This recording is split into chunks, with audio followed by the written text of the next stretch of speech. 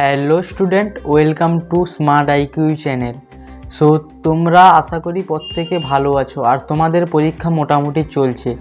তো আজকে আমি কম সময়ের মধ্যে ভিডিও করতে চলেছি, কেননা সামনে তোমাদের পরীক্ষা আছে, তাই আমি বেশি সময় ভিডিও করতে পারবো না, তোমাদের সময়ের একটা ব্যাঘাত দেখা দিতে পারে, সেই কারণে আমি কম সময়ের একটা ভিডিও করব। সো আজকে আমি তোমাদের সঙ্গে যেটা শেয়ার করতে চলেছি সেটা হলো ইতিহাস 8 মার্কের কোশ্চেন।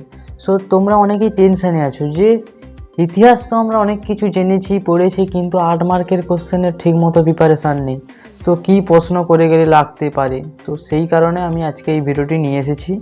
তো আজকে আমি মাত্র 3টি 8 মার্কের প্রশ্ন দেব, মাত্র 3টি 8 মার্কের প্রশ্ন। সো প্রথম প্রশ্নটি দেখা যাক। প্রথম প্রশ্নটি হলো,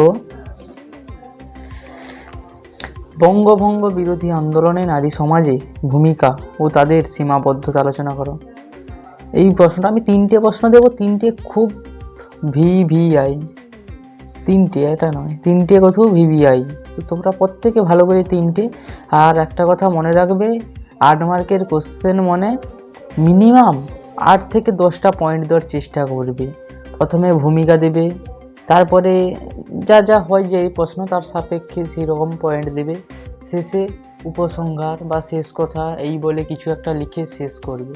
তো এই 2টা পয়েন্ট তোমরা তো এক্সট্রা পাচ্ছ, আর মাঝে মাত্র 6টা পয়েন্ট। 6টা পয়েন্টে যেই ঘটনাটা থাকবে বা যেই প্রশ্নটা থাকবে তার সাপেক্ষে উত্তরটা লিখতে হবে, ঠিক আছে? সো দ্বিতীয় প্রশ্ন হলো, সশস্ত্র বিপ্লবী আন্দোলনে নারী ও ছাত্র সমাজের অবদান উল্লেখ করো। এটা হলো দ্বিতীয় প্রশ্ন, এটাও ভিভিআই। 3টে প্রশ্ন দেবো মাত্র, 3টে ভালো করে প্র্যাকটিস করো, দেখবে অবশ্যই আসবে। সো তৃতীয় প্রশ্ন হলো, নীল বিদ্রোহের কারণ ও ফলাফল উল্লেখ করো।